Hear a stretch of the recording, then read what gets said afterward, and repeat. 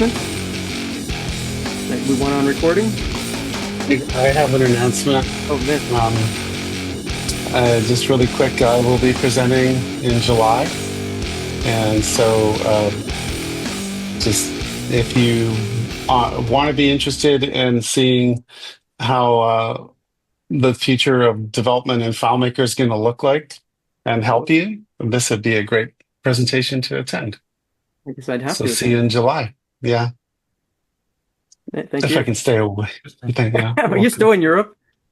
Yeah. And then yeah, and then a full, I don't know if John wants to say something, but I mark it as the DIGFM in-person reunion, which will be in October 20th at full access. Go ahead. I'll let you give it today, Eric. I think that's what I Yeah, think it was. I think it's going to be good. I've already seen the sessions. Actually, here I'll repost. Oh, did somebody post that yet? No. Yeah, full access sessions are already being listed. It looks like about maybe 55% of them are already showing. The full schedule hasn't been put together yet, like what time everything's going to be at. But yeah, you can finally see what the sessions are going to look like. And the venue's great. It's really close to where DIGFM used to meet in person. So I'm looking forward to it. David Simpson's is going to be there. Vince is going to present, I believe. And I think, and of course, he's going to be there. And John Howe and a bunch of other people here. So looking forward to it. Yeah, have everybody check out the website. It's good. The website's put together by Ron Cates with a lot of assistance from Patrick Reagan down in Orange County, and very nice website. Yeah, in fact, he'll be doing a presentation on how he did that with WordPress integrated with FileMaker.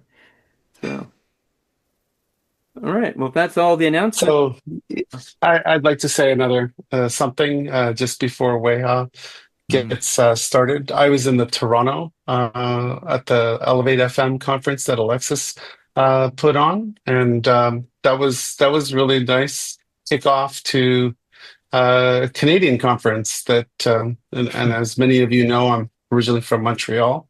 And I saw Weihao's presentation, and I was very impressed, and that's why I invited him to speak to our group as well. But he really did a great job, and I look forward to having him share this information with us. Thank you, Thank you, Weihao. Good intro. Thank you. Thank you, Vince. And as Vince was saying, this was originally a session at the Elevate FM conference. But at the conference, I only have 45 minutes to do the presentation. But I actually have about 1 hour of content. So I actually cut a bunch of stuff from the conference presentation. So think about today's session like the extended cut of the same session with a little bit extra content. So if some of you have been to the conference already, maybe you'll see a little bit extra coming from this. And also, before the session start, the visual aid I'm going to be using today is a mind map. I'm sharing the link to the map here. During the presentation, I think I can only share one node at a time. However, if you want to see how the different knowledge points or different talking points are connected in a structured way, feel free to use that link to open the app, and you can zoom out to see, how things are connected like this. All right.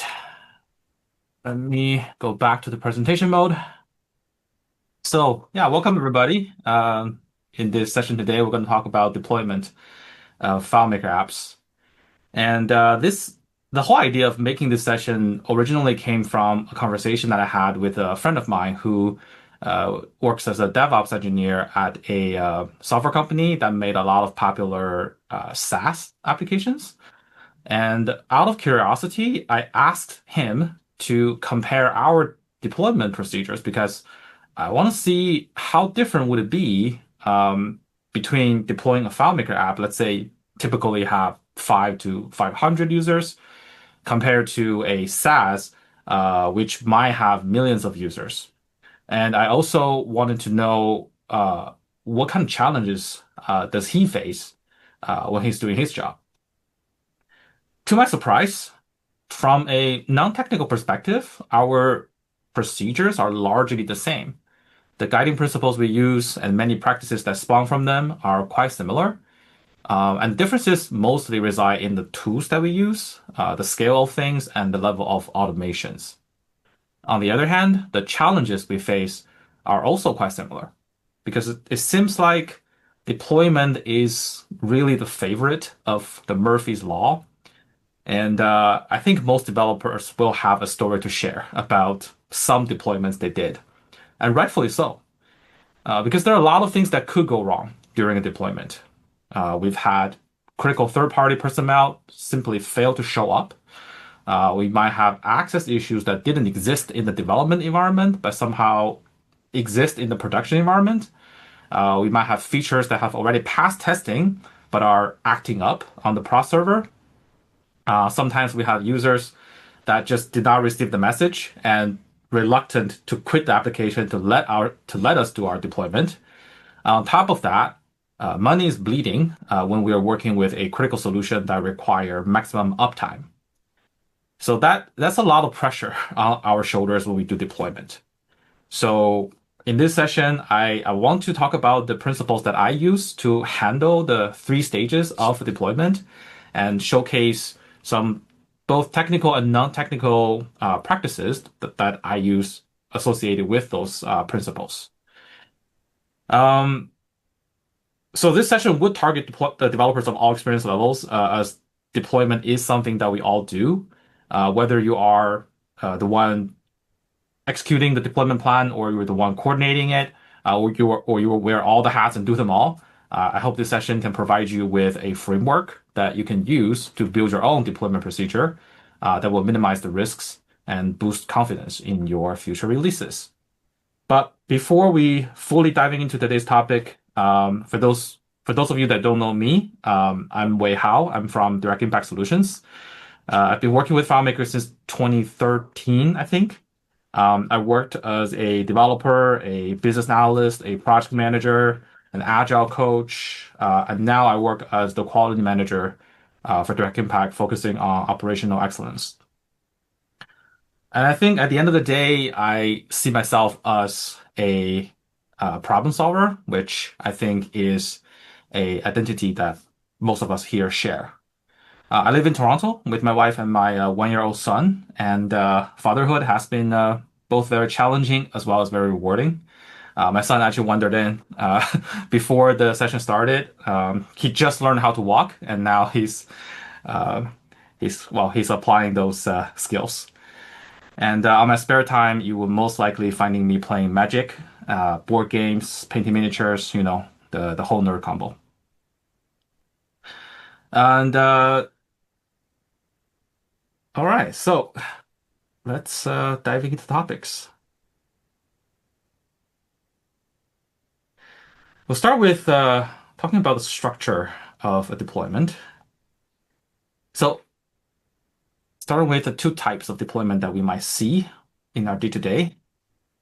So in my definition, I have 2 types. One I call scheduled deployment. This is the type that we need to take the file offline, run the data migration, and then re-upload the file online. And the upside of it, it's a lot more reliable compared to the other method.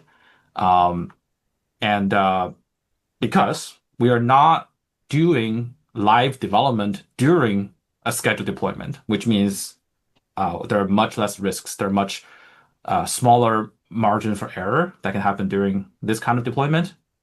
But of course, there is a downside, which is because you need to take the file offline, there's going to be short or long, some sort of downtime involved.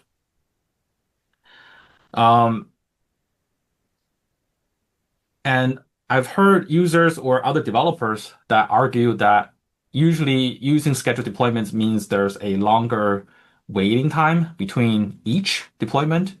And I think one of the reasons people say or think about that is because things could go wrong, each deployment sometimes feels like a hassle. So we kind of try not to do them very frequently, which is leading to those long wait time for features to be delivered.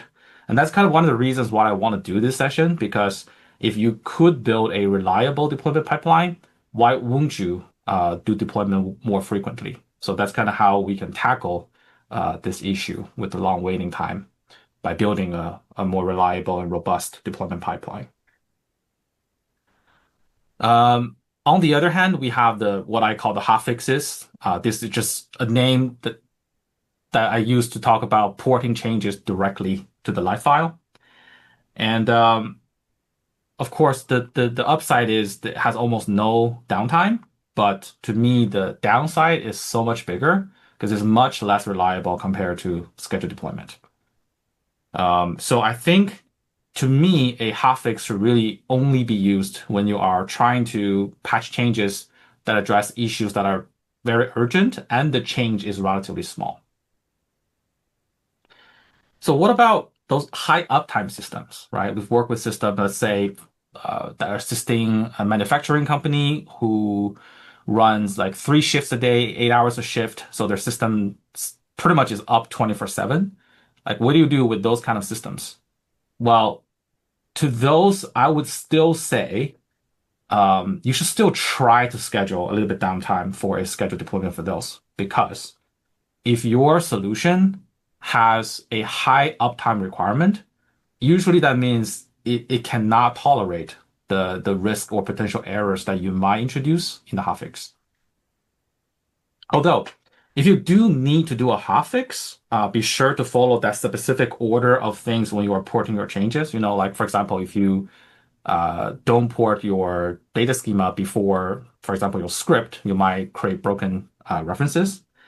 And I talked about this during the original conference session, that there was an article talking about this, and I think maybe many of us here learned how to do hotfixes through that article. And I think many of you know which article I'm talking about, but for the life of me, I just couldn't find that article right now, and I still couldn't find it a few weeks later here. So if any of you know which article that is and can still find it, please post it in the chat. That would be really appreciated. For the rest of this session, I'm going to be mostly focusing on scheduled deployment. As you can clearly tell, that's the preferred one. That's my preferred one. But some of the principles we're going to introduce applies to hotfixes as well. It's just what practices that might spawn from them might be slightly different. I have a question. Go ahead. So when you talk about hotfix, when let's say the upgrade tool is available and fully working, let's say, would you consider that a hotfix, like using the upgrade tool? Using the upgrade tool, we're talking about the one provided by Claris? Yes. I don't know if that one actually completely deals with, like, it still takes the file down a little bit. Yeah, Right? you still have to take the file down, but at least it's less disruptive, or it's just a process by which you don't have to do the whole data migration, right? You don't have to get a clone and move the data. You don't have to do any of that. You just patch a certain part of the file. Would you consider that like a hotfix?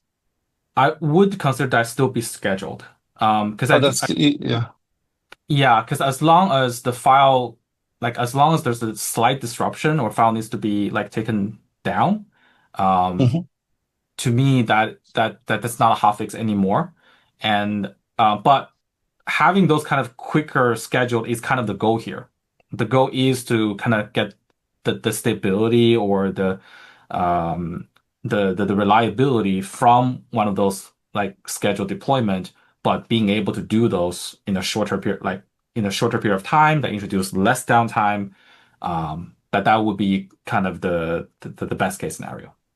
I see. So hotfix is really go in and make the change directly on the production file. Correct. Well, and I think that Right. might just be a term that I use specifically under the context of FileMaker deployment, because I know, let's say if you work with different technology, hotfix might mean something else. Well, I think in general, they means some sort of patch without disrupting the usage of your service. I It's see. just under the FileMaker context, I think, as far as I understand, the only way that introduce almost zero downtime is you just pour the change directly to the file. Yep. Okay. Thank you. Yeah, it's like a copying from the dev environment and pasting into the live environment. Exactly. So you're essentially just redoing your development work that way. Yeah. All right. Let's move on to talk about the 3 stages that we mentioned earlier. So we have pre-deployment. So I define pre-deployment as the stage that starts when you know that there's going to be a deployment. And it will focus on preparation and planning for the deployment. So making the deployment plan is going to be the center of focus for this stage. And then you have the actual deployment stage, which I think starts when the production file need to be taken offline. So I tend to think about the deployment stage as it's similar to a diving experience. So to me, the dive starts when you submerge underwater, and to me, the profile going offline is that moment. So we will do our planning in pre-deployment, and during deployment, the focus of it is on the execution of the plan. And I do want to talk about, so when does the deployment stage end? It does not end when the file goes online. It ends when all the verifications for your deployment is done. So when you have verified that your file is functioning, then we consider deployment stage to be done. And then we have the post-deployment stage, which is, well, your file is live and we did our verification that, at least as far as we know, it's functioning. You are opening up to the mass users that you have. That's when we think that the post-deployment starts. So during this stage, it will focus on handling issues and feedback. So that's just a very high-level overview of what those 3 stages are. And now we'll talk about each one. I see some questions. Yeah, David had a question. He asked what steps are involved in verifying the file is functioning. We will get to that because we both need to plan for those verifications as well as executing them. So we'll get to what steps are involved when we dive into the pre-deployment. I don't know if you answered it, but you said what he's asking what you meant by quicker scheduled. I think that might just be David commenting on Vince's original question about using the upgraded tool. Like, would that be considered scheduled or half fixes? And I think that might just be David's comment to say maybe it's a quicker scheduled. I see. Okay, so we're starting with the principle of this stage. It's to minimize risks and minimize unknowns. And we can even say that this is pretty much the guiding principle for the entirety of deployment. Because I always find it kind of funny that, a lot of time when we do deployment, a lot of the steps that we do are pretty much the same every time. There are going to be variations, but a lot of the steps we do are the same. But somehow there can always be issues that find way into the deployment. And so the more we can find out, the more of those risks and more of those unknowns that we can eliminate ahead of time, the better. So let's start with our very first thing to do, plan things out. We need to create a deployment plan. So what do we put in our deployment plan? There's several components. I'm just going to go through them one by one. For your deployment plan, you start with picking a date and time. So when do you do your deployment? So this answers the question, when does it happen? And when you're picking a date and time for a deployment, you're trying to balance between minimize disruption, meaning you're trying to minimize, well, we're trying to maximize usage of your solution. And then you're trying to make sure everybody who needs to be there are available. So you're trying to maximize your resource availability. So a rule of thumb that I use, this is personal experience. If I'm trying to schedule deployment for a system that does not require high uptime, I typically pick a weekday and I do the deployment during work hours. The reason being, a lot of those deployments require some sort of verification, and it might involve a actual user from the business side to help you with that. So scheduling those during weekdays kind of maximize my chance of getting those people available to assist the deployment. That's why I typically try to schedule those during those time. But of course, sometimes the business might feel like the disruption is just too big, and they prefer to do it during off hours, even though the system does not have a high uptime requirement. As long as they can provide me the resources I need for the verification, I'm good with that. And for systems that does require high uptime, of course, those likely, well, you're gonna kind of have to make some off hours, but I would still highly recommend not to do it like super late into the night. We very recently had a late night deployment. I think it started at 11:30 a.m. or something and had into like 2:30. And wow, it was a nightmare because everybody was tired and nobody was thinking straight. Like we couldn't find the people they were supposed to find because I don't know, maybe they dozed off or something. And eventually we got the job done, but it's just not a fun experience. So, but sometimes this kind of deployment does happen. Sometimes we need to bite the bullet, and just because that's the only time we can do it. So if you do need to schedule one of those like late night deployment, if you're the planner of the deployment, make sure to actually schedule a rest time for the people that's going to participate before the deployment, so that everybody can show up somewhere energized. All right. The second piece of content to include in your deployment plan is the stakeholders and their contact info. So this answers the question, who are involved?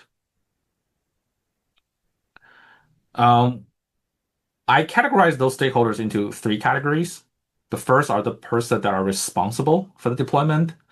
These are the people who are directly participating in the deployment activities, like ourselves, sometimes the IT, or sometimes even people from third parties. Perhaps your deployment involves some sort of integration work, so that maybe third parties need to help you, or maybe the business you're working with, they outsource part of their maybe their IT infrastructure to third parties, so you kind of need to work with them. And this could also involve people who verify the deployment, so people that will test and conduct verifications to say if this deployment is successful. So this could be maybe this could be like the core users that requested those features that you are deploying, and or maybe some organizations have like a app administrator. They might perform those kind of verifications. So both of these groups I consider to be under the first category, which are people who are responsible for the deployment. The I have reason another question. Go ahead. Oh, sorry.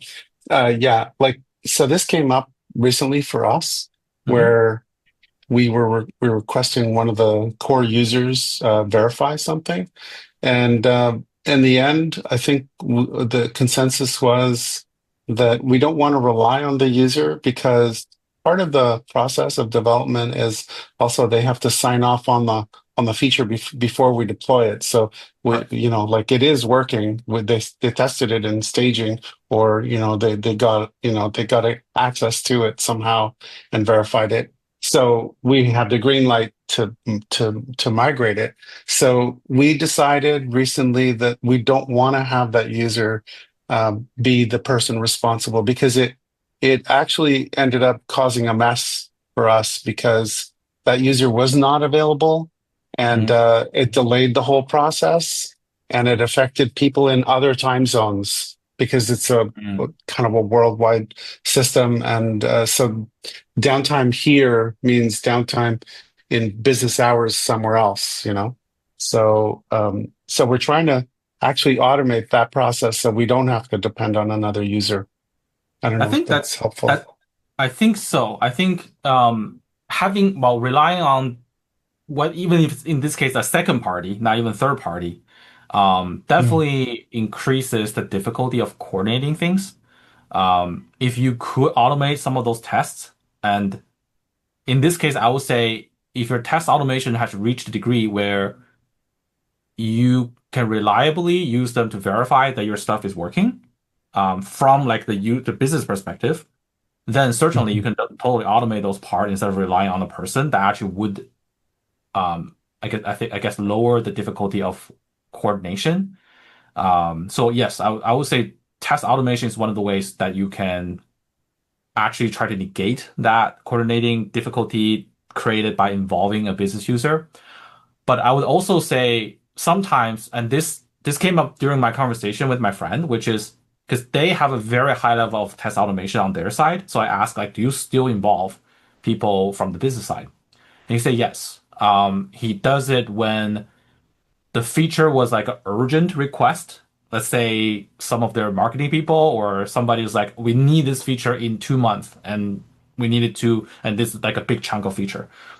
In that case, they would still involve core stakeholders from the group because perhaps because it's super urgent, maybe people on the development team, they don't feel like they have the same level of understanding of the actual needs. So they want the business side people to come in and they literally call everybody into the same room, just waiting for the new features to come online. And the moment they come online, the entire room start testing. And that's kind of how they handle this kind of urgent but important deployment. So just to kind of provide a different example that where the business involvement might actually be beneficial. Yeah, thank you. Yeah. And I think, Eric, you talk about, I'm going to have to find a way to export a Mindmap outline. I will do the export, actually. I'll do the export and I'll create a PDF of it at the end of this session. So there is an export feature on my side that I can do.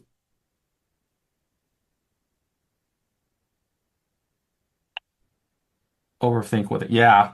So David was commenting on those users that involve in the verification would also need to clearly understand what they are verifying and how to do it. So yes. We'll talk about this a little bit more because there is actually it's a component to deployment plan, which is the verification plan. We'll talk about that topic a little bit more there, but essentially you actually wouldn't need to list out what to test. We're not going to ask someone to do exploratory testing during deployment. That's never going to happen. They essentially would also be executing some sort of a plan.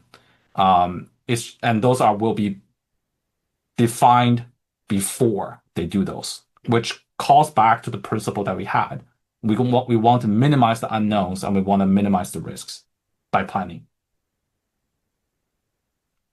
Okay, so continuing on the first group of people, the people who are responsible and people who are verifying the deployment. Sorry, the people who are responsible are the ones that conduct or verify the deployment.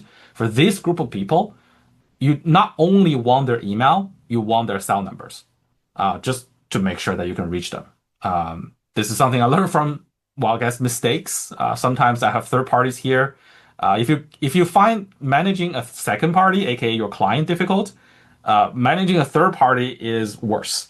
So try to get their cell number just to make sure that you can reach them, especially if your deployment takes place like over a weekend or something. Yeah. So now move on to the second group of people, of stakeholders. I consider this to be the informed group of people. These are the people who need to be informed about the progress that we're making during the deployment. Some of them overlaps with the first category, but this category can also include maybe like extended project team members, like the sponsor of the project, the head of the department that your release is, gearing towards. Really, for these people, we just want to make sure they are on the email chain, and that email chain will steadily update them on the status of your deployment, so those people know where things are going. And then we have the third group, which are people who might be consulted for the deployment. And these people, they don't necessarily participate. Sometimes, most of the time, we wish they don't need to be involved because these are people usually we turn to when something goes wrong. So it could be maybe someone with historical knowledge about the solution, maybe the developer before you took over the system. This could also be maybe third parties. Let's say, again, you're doing some sort of integration and And the person the developer on the other side, that you're integrating with, you want to make sure you actually get their contact info. And you want to make sure people on that list, they are at least aware that a deployment will happen. All right, just the chat. John said, "Oh, no problem. Thank you, John."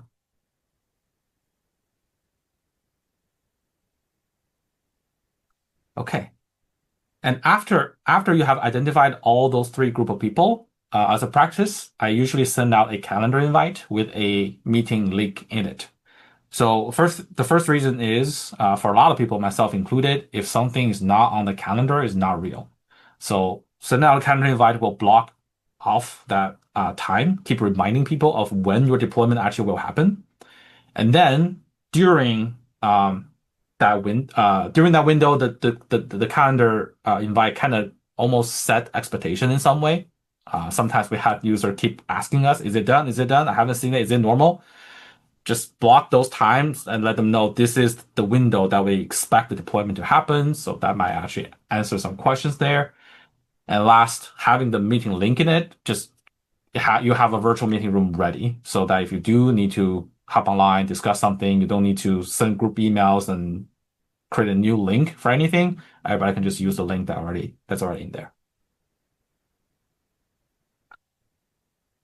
All right.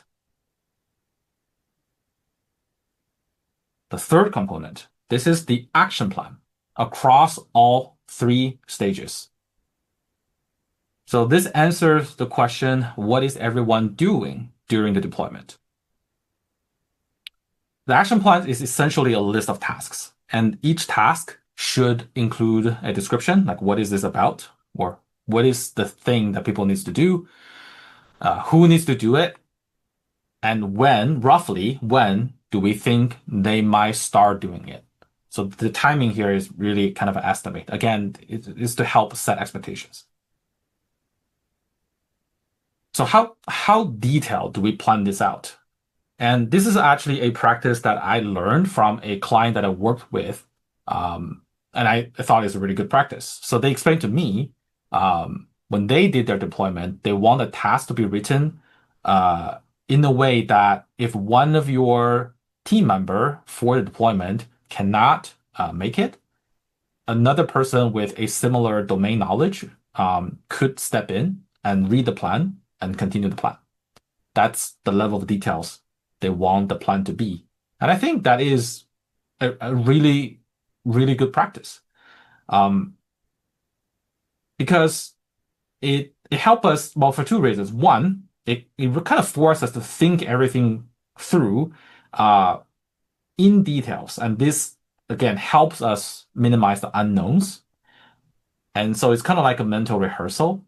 And then if we are actually working with a critical system that are hard to schedule a downtime for, you may need to build up your resource redundancy and create like backup resources. And you need this kind of plan serves as a knowledge redundancy for you.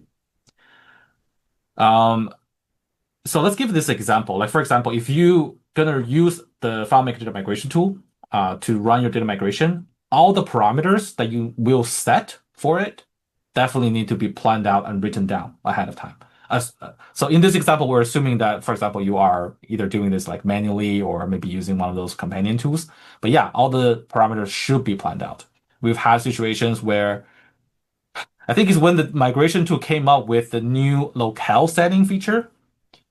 And because it was new and the developer saw it, it was like, oh, I'm going to use this. I don't know what's the thinking process, but like, I'm going to use it this time, even though I've never heard about it before. And they thought I think one of the options is that it will be the same as your operating system, right? They thought that means this is the default setting without changing anything. It's not. It just means it's going to change your locale setting to sync up with your operating system setting, which, big problems. A lot of like formats and stuff just stopped working right away. And actually took me a while to figure out how to get it back because I also didn't know that at the time I haven't looked into all the locale related functions and stuff. So, which made me actually create a video about it. I think there's a blog post about it as well. But yeah, you definitely don't want to make those kind of like on the fly decisions about what you need to do. You want to plan them out ahead of time in details. Another thing, when you're planning out your tasks, because you have all three stages, right? Where do you put a certain task? So the practice here is you want to minimize the tasks that actually need to be done during deployment. I think early on I used the analogy that I think about the deployment stage like a diving experience. So once you go into the water, you have limited oxygen, so you don't necessarily want to do extra things in there. For this particular practice, we've had an example where a developer said, "Can I like because before a scheduled deployment, you need to create a clone, you need to move the file and things like that." He said, "Can I do that on the day of deployment or during deployment window?" I mean, typically, do the backup, create the clone, doesn't take a long time. So it's like, yeah, sure. For whatever reason, on that day, I guess because if you do it the day before or the night before, it's a different time. But on that day, I think it overlapped with some other processes on the server. So that particular backup took much longer than expected to finish. And I think overall, that created about 1 hour delay for the entire deployment. I mean, luckily for us, that was that wasn't a critical system, and we planned out a pretty forgiven time window for it. So that didn't create any issues. But if you are working with one of those high uptime systems, you want to minimize the downtime of your solution. That kind of 1 hour delay is problematic.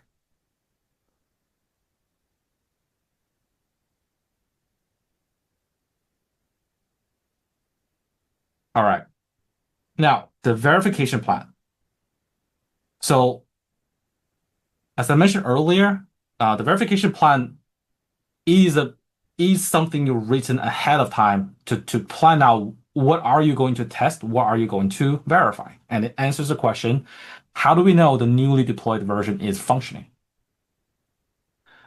I tend to categorize the type of verification we do into two categories. One of them is technical, the other one is business. So for technical verifications, I tend to focus on accessibility and connectivity.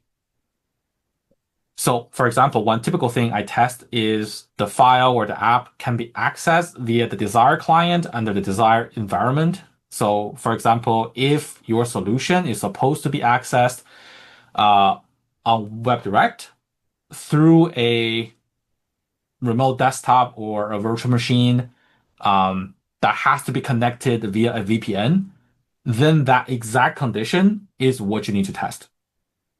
We've had situations where, developer has access to the file, they tested it, everything's fine, and then somehow the users don't. Because the user might be accessing it from a different network and things like that. Like this is testing file access is kind of a way for you to flesh out a lot of like networking or infrastructure related issues. Another type of verification that I tend to include during my technical verification are testing integration point accessibility. So for example, if you're integrating with a API, with a web service, and you guys have bi-directional data exchange, I would at least test one, maybe one endpoint that allow me to push data, and then, well, it depends on how the other direction works. If it's FileMaker polling, then you test the poll. If it's the other service pushing, then you coordinate with someone on the other side so they can push something. The goal here is not to test every single integration points. The goal here is just to make sure the communication channel is clear, the accessibility is there. Then we move on to the business side of the verification. Again, this one focus on functionality. And again, there are, I guess, two types in general. There's smoke test, which are essentially a list of tests that you run to ensure the mainstream workflow for your application are working. by mainstream workflow, I mean essentially things that need to function regardless of what you are deploying. And a lot of time we'll talk about success criteria, but a lot of time to me, the smoke test is the minimum requirement for I consider a deployment to be successful. If somehow the smoke test doesn't even pass, pretty much I'm going to call rollback right away. And then aside from smoke tests, you're also going to have tests specific to your current release. And this is where I think some help from the business side could be helpful. So this verification plan, not only can you use it after your, did your whole migration and upload the file online. Once you have this plan, you can use it to help you drive your UAT. You can use it to do some dry run to further minimize the unknowns. In this case, we're minimizing unknowns by actually do the thing that the users will do when the system is officially online. So like what can be better to help us eliminate those unknowns than just literally trying them out? The fifth component is a success/rollback criteria. And it answers the question, where is the finish line? Or how do we know it's done? So for this component, I'll finish this part before answering David's question. So for the success and rollback criteria, this one should include a very definitive end time and a criteria that need to be met for the deployment to be considered successful or unsuccessful. So a example that I tend to use is, so there's an example. If both the technical and business verifications are successfully completed before 11 p.m. on February 23rd, without major issues, we can even define major issues as the smoke test passed and, for example, the release specific test. Like in this case, you could define what major issue is to further expand on this so that there's no ambiguity. Anyway, so if both of those verifications are successful by that time, we consider the deployment to be successful. Otherwise, we roll back. So this sentence help set expectations for everybody that involved. And more importantly, it simplifies the decision-making process when it comes to calling for rollback. Hence, it minimizes the unknowns that we might have. We will continue on the topic about rollback when we go into dive into the deployment stage. So I see there's a question or comment from David. Mainstream workflow for smoke test, only those directly relevant to the release. Hard to test everything.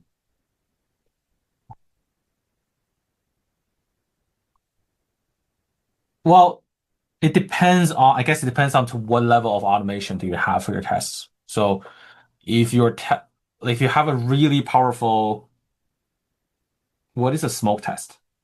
Well, let me finish the sentence. If you have a really powerful automated test suite or test plan that have a super high test coverage, then of course you can run it every time and pretty much test everything that you have. However, I think that may not be a common practice specific to the technology we're using. Maybe one day we'll get there. But for now, this is just kind of from experience. To me, smoke test is like the bottom line. I have to, like, these features have to work for my application, so I'm gonna test those. And then the other thing that changed, well, technically the other thing that changed are the ones that I made for this particular release, so I'm going to test those. There might still be gaps in there, for sure. That's why we have a post-deployment stage that we can still use to handle issues and stuff. But to me, covering those two will give you a relatively good coverage there. And then to Vince's question, can you also give an example of what is a smoke test? Okay, so I'll give a simple example. I have a solution where the client is using to manage membership. And their very, very core workflow is I need to be able to create a new member, to update a member's info, and to potentially delete a member record. And when I do any of those three actions, the change that I made needs to be pushed to a third-party web service to be displayed on the website. So there, in this case, our smoke test, at the very, very core of our smoke test is just we're going to create a record, verify is the record created successfully? Does it push the information to the web? Okay, then we make a change to the same record. Is that change made successfully in FileMaker? Does that change get pushed to the web? And then we delete it and then verify the same thing. Yeah, so that to me is, well, the actual smoke test for that client is a little bit bigger because they manage more than just the membership info in the app, but that kind of give you the gist of it. And yeah, of course, there's definitely a whole other conversation of how to create and configure tests in FileMaker apps. Yeah, test automation is probably something I'm not going to get into in this particular session, but it could be a great topic for a different session/discussion. And the last component in your deployment plan you want to have is a rollback plan.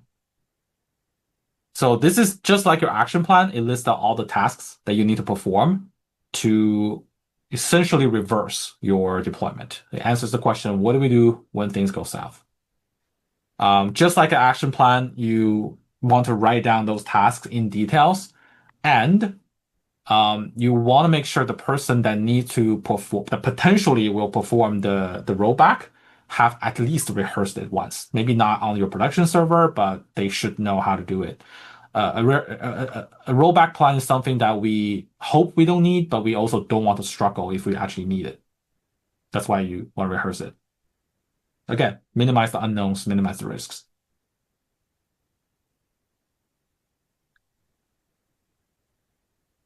And now you've had, so those are the 6 components that I typically include in my deployment plan. If you have access to the Mindmap, that section of the map, this part of the map, let me just zoom out a little bit.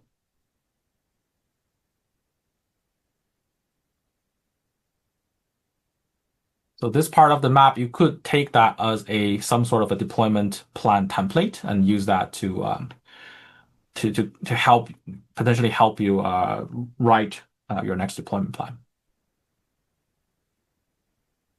So once you've had your plan, you want to make sure that it is accessible to all stakeholders. So whether you create it as a document and share it with everybody, or you have some sort of applications or web services that allow you to write those kind of plans, and you can make everybody accessible to that. Either way is fine. However, you want to do more than just sending the link to your deployment plan to those stakeholders. Your deployment plan needs to be communicated to those stakeholders so that everybody that you identified in your stakeholder list, they know what their role is and when they need to be made available.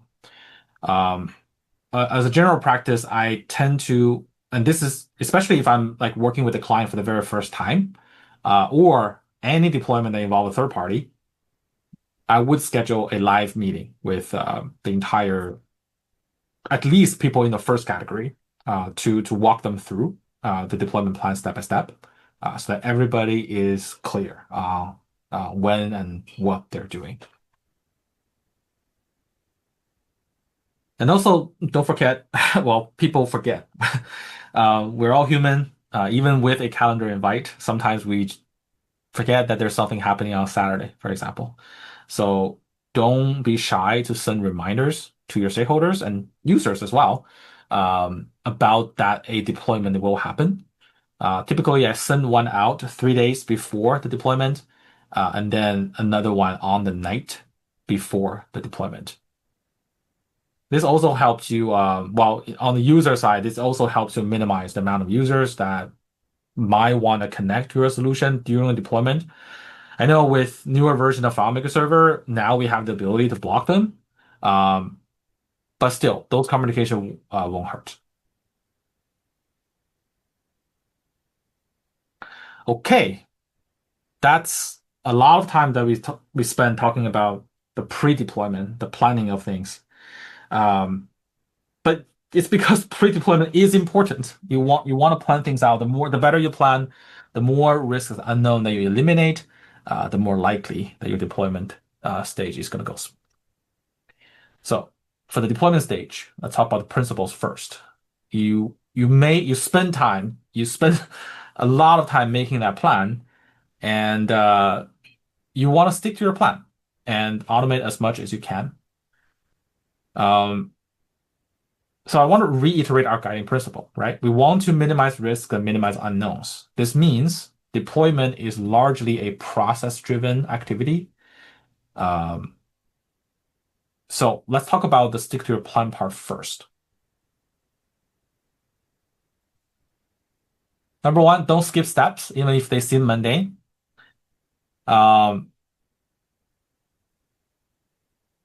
And I know, like I said, a lot of the steps that we do in the deployment tend to be repetitive, like it tend to happen in every single deployment we do.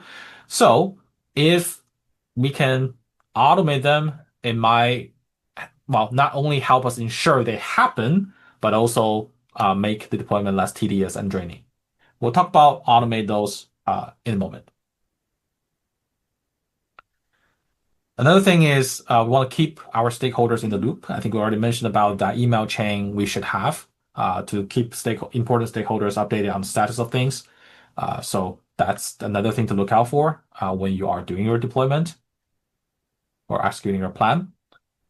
And again and again, be sure to do your verifications. Cannot stress this enough. Cannot just upload the file and call it done. And don't be afraid to call for rollbacks. Sometimes, and actually a lot of times, rollback is the professional thing to do. And personally, I learned about it the hard way. Many years ago, I think it was when we were using FileMaker 13, I led a modernization project to upgrade a FileMaker solution. And the development went pretty smooth. We developed, well, at the time, we had to develop our own data migration script because we didn't have the FMDMT at the time. Deployment went fine. It was on a Friday. We did our verifications, maybe not as well as we should be.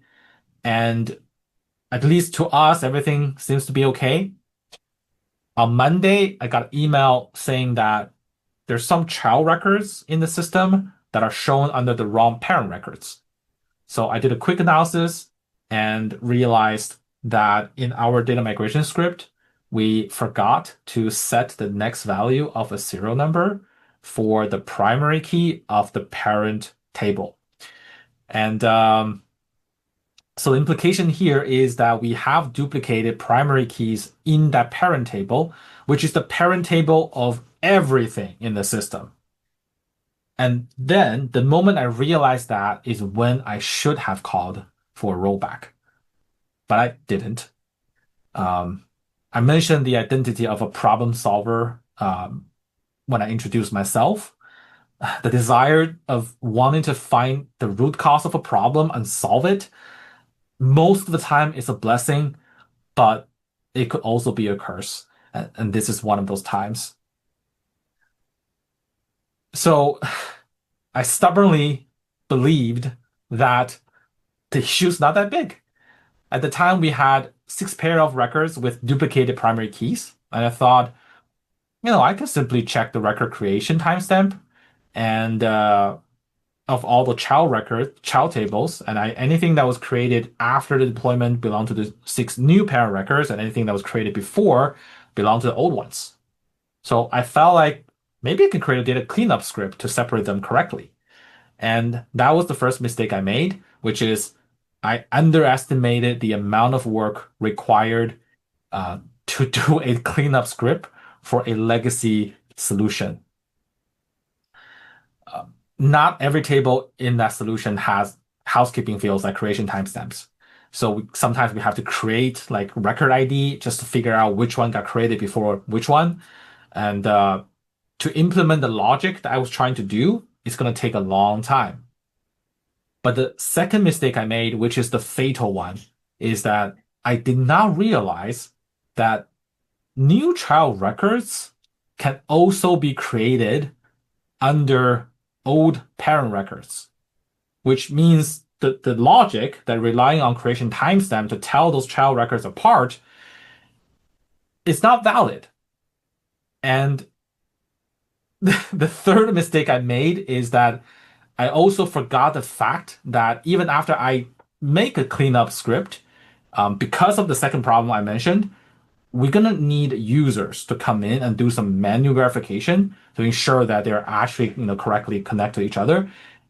And when I checked with my stakeholder, they told me their users don't have that resource. They don't have the time to do that.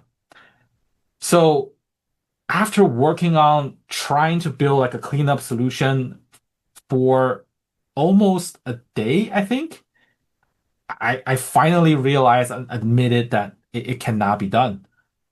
So I had to call for a rollback at that time. But comparing to calling for a rollback, when I first realized what the issue was, we now also have a day worth of data that was entered by the user because of my stubbornness, I did not take the file offline. I did not do the rollback. So people continue to use the system. And all those data, well, it's gonna take a lot of effort to get those data, to migrate those data into, I guess, the rollback version. So at the time, we just decided we're just gonna give them up. So yeah, it's David, it's not just triggering you. Even just thinking about this story many years later, it I, I still sweat when I tell this story. And I'm sharing this story to say that rolling back is not the worst thing that can happen in the deployment. Releasing a broken solution is. So this is also why we want to define a deployment success criteria during our planning. Because I'm sure if some issues come up during one of our future deployments, I think our first reaction would be to analyze the problem and try to solve it so that the deployment can still be successful. And that is okay. However, we cannot spend unlimited amount of efforts into fixing an issue during deployment. But let's recall what I said earlier. Deployment is a process-driven activity. We should stick to our plan. The more we deviate from it, the more unknowns we create. The more troubleshooting, development, and analysis that we have to do during a deployment, the more risks are getting introduced. For example, I think maybe many of you would agree, a lot of development work that we do when fixing an issue during deployment don't necessarily go through our typical development and testing procedures. That by itself is a huge risk. And also, when we are under pressure, we tend to make more mistakes. Again, another reason why we don't want to deviate from our plan that far. And potentially calling for rollback might be the better solution. And that's why we have the deployment success criteria listed as its own component there, just to emphasize how important it is. It sets a boundary for this kind of like troubleshooting effort that we do during deployment, and it makes sure that we understand the limit, and can help us take responsible decisions, aka sometimes it's rolling back. Rolling back gives us the room that we need to examine the problems we discovered properly so that we don't rush a flawed solution to production and potentially causing more harm. Yeah, so respect deployment success and rollback criteria and don't push yourself to solve the problem discovered during deployment.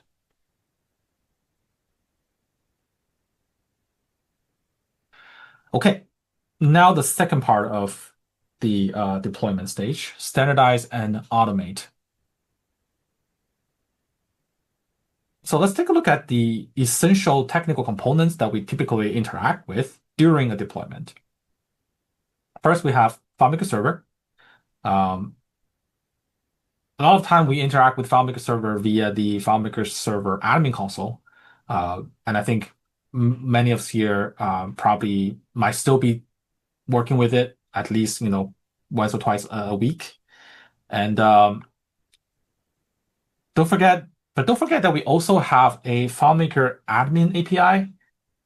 This is which allow us to invoke many of the admin console features via a programmable interface. And because the admin API enable us to program some of the actions that we need to take during deployment, it allow us to tie it to our deployment pipeline.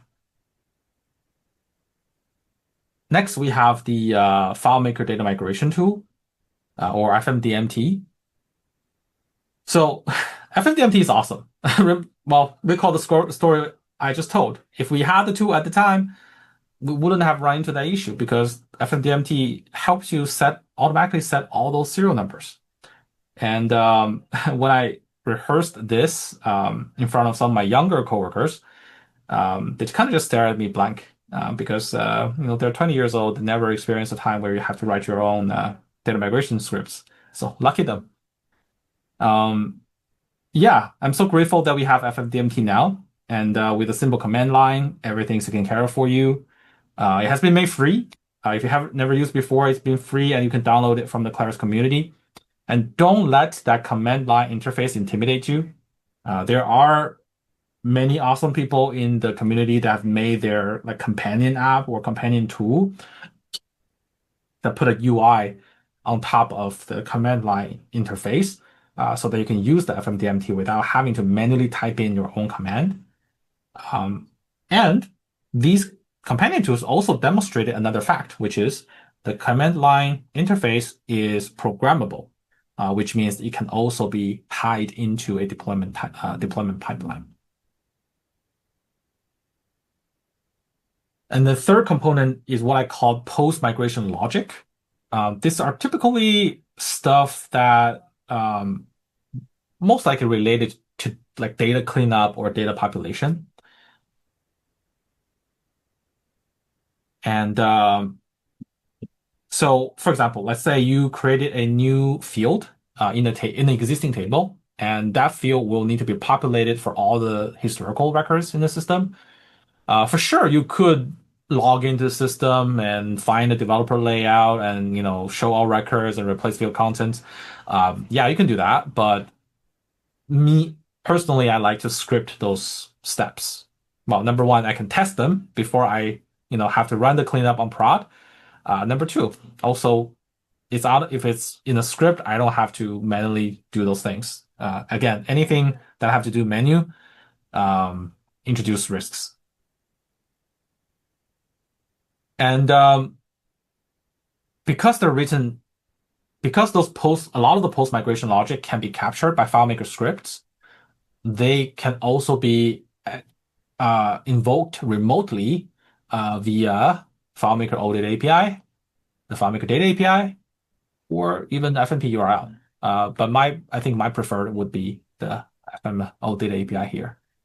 And the implication is they could be tied into your deployment pipeline.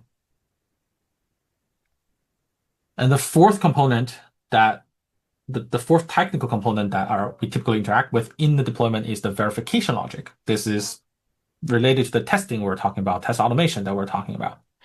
So some of those tests can be captured with FileMaker scripts. If you don't know what test automation is, like I said, I'm not going to dig too deep into the topic, but think about, let's say you have some sort of script or logic that you're trying to execute or you build something, you build a script or you build a logic as part of your current release. You could potentially create another FileMaker script that call upon the method that you're trying to test. This could be like a function, a script, or some other series of actions you're trying to verify. And you're going to pass some test input into it, most likely through like a script parameter. Then you verify if the result of the thing you're trying to test match your expected output. So you kind of compare whatever, let's say, the script spit out to a set of things that predefined to say this is what I expect it to spit out, and this is what it actually spit out. Let's compare those two. Are they the same? If they're not, something went wrong. So this kind of is the gist of how do you write something, how do you write code to test other codes, right? So, and having a bunch of those together would give you a way to automate some of your tests. And I think in general, because you can capture some of those using FileMaker script, by the same principle, those can also be accessed via the FileMaker Audit API, the FileMaker Data API, and FMPURL. But as I mentioned earlier, it is hard to try to have like a very high coverage for your FileMaker stuff. And to me, and again, this could be a topic for another day, but to me, one of the challenging thing with like Automate tests for low code platforms is that how do you define code, right? Because to me, anything that represents logic is code. But in a high code environment, those are literally lines of code, which give you a better way to interact with them. But in a low code environment, some of those are encapsulated by the tool itself, right? Like for example, is a relationship graph, is stuff on the relationship graph code? I think it is, right? It has some sort of logic in there, but it's kind of hard to test it in that way I just described. So I find it difficult to have a super high coverage for like the test stuff in FileMaker. But again, I think a lot of people are trying, and I'm definitely very interested in what people have discovered on how to do it. But for the sake of this session, I would suggest just try to, if you can, try to automate as much as your smoke test as you can. The example that I gave earlier about like what is a smoke test, where for that particular client, I need to create a member record, push it to the web, update it, push it to the web, delete it, push it to the web. Each one of those steps actually could be scripted, could be verified via FileMaker script. So I have a script for that as a automated smoke test. And I think I actually covered this point when answering when discussing with Vince about when to involve a business stakeholder. To me, if you have critical or urgent requests, consider using the subject matter experts, aka the users or the business people, to do the verification manually, either instead or in addition to your automated tests, just because if it's urgent or if it's too critical, you want to make sure the people that actually hold the level of knowledge about that business process could participate, just to increase the chance of everything's working fine. And we have been spoken about a deployment pipeline. Like, what is it?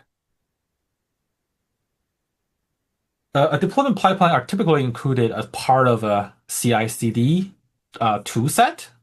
And it is essentially some sort of automation engine that allow you to script your deployment procedure. During this session, somebody asked, what is CI/CD? So CI/CD stands for continuous integration / continuous delivery. I think for a lot of us, especially for FileMaker developers, like this is not a new concept. It's just maybe the term is new. For a lot of us, like we do develop things in such a way where we kind of make incremental changes, we test it, release it, and release and repeat. That's kind of, to me, the gist of it. And it's understandable why a lot of the CI/CD tools provide you with deployment-related features, because having a smooth deployment is what enables us to develop and deploy things that way, to deliver things in such like a frequent incremental way. So of course they want to provide you tools that can help you do that. There are different options when it comes to CI/CD tools. There are options created for FileMaker, and I think, well, there are options specifically created for FileMaker. And I think if you have been to any conferences lately, or over the past 2, 3, maybe even probably 2, 3 years, you probably have heard about them. I think we have Devin, we have Auto FMS, and maybe there are other tools under development. So, and during the session, we did a show of hands to see how many people, how many attendees are actually using one of those tools in their production practices, right? And to my surprise, about half the room raised their hand. So it's progressing. It's something that people are doing, which I'm happy to see. But I also just want to mention there are other options out there that are more generic, that are not specifically built for FileMaker. I think a specific one that I mentioned is Jenkins, Jenkins, which is the largest open source CI/CD tool out there. And I think that's the one that my friend's company are actually using. Well, it's one of the tools that they're using.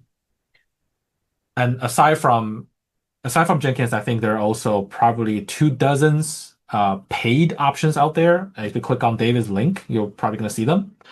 But again, these are not built specific for FileMaker. It gives you the automation engine that you might need, but it's I don't think anything was configured for you for FileMaker already. So if you choose one of these tools, you need to do that yourself. So how do I choose in this case? My personal opinion is if you work mostly with FileMaker, like if your solution is pretty much FileMaker only, choose a tool that was tailored for FileMaker is probably the better option. Save you a lot of time to do the configuration and testing yourself. However, if you work with more than FileMaker, I think we have to start to see more and more kind of a hybrid tech stack where we might have both FileMaker and something else together to form a ecosystem. In that case, I might go with more generic tools, just because I might be able to configure it. Well, if I spend enough time on it, I may be able to configure it in a way that I can have like a standardized deployment template that might work for multiple technologies. So I don't have to like branching my processes that much when working with multiple technologies.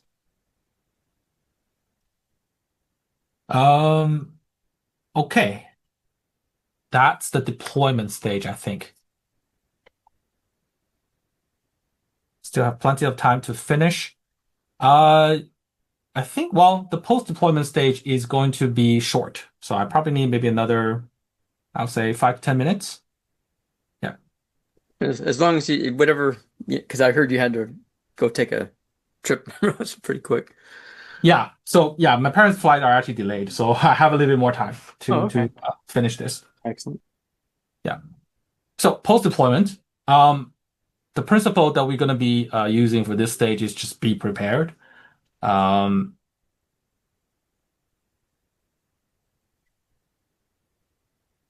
So first, you want to educate and train your users about the changes that you're introducing. So this is change management, and change management is something that should be incorporated into your project since the project conception, because helping your users know what are the changes they should expect and help them on board with those changes in my opinion, contribute to half of your software project success. But since change management mostly affects your users' post-deployment experience, I'm going to introduce that point in this stage. Again, that's a topic that you can dedicate probably more than a dozen sessions by itself. So here I just want to raise the awareness that simply building a solution might not be enough. Helping your users understand those changes and be on board with those changes is just as important.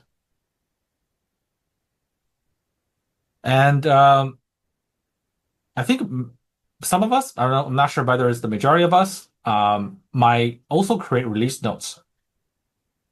I think everybody knows this, but users probably don't read them. So I don't necessarily consider writing release notes to be a good practice when it comes to educate your user. However, I still create them. And the reason I do that is because the actual practice I use one of the practices I use to help users get on board with the change or get familiar with it is train the trainer. So during your development process, you're probably going to have core users participating in your development, and those people, you can train them to become the trainers that will train other users on the new features you are releasing. And for those people, I think the release notes is a great reference document to kind of help them don't forget about the full scope of your release. Next point about for post deployment is you definitely want to make sure you allocate resources post deployment. Resources, I mean like developers and people that can handle issues. It sounds like common sense. Like, for example, if your solution runs 7 days a week, but you, IT or developer, only work 5 days a week, you don't want to deploy on a Friday. So I don't know if anybody still remember what happened between Microsoft and CrowdStrike. But yeah, that was not pretty. And I'm not saying the Friday deployment is the only reason that was causing that issue, but I do think it somewhat contributed to the problem, and it serves as a cautionary tale on how a small bug could turn into a major business problem due to poor timing and reduced support availability.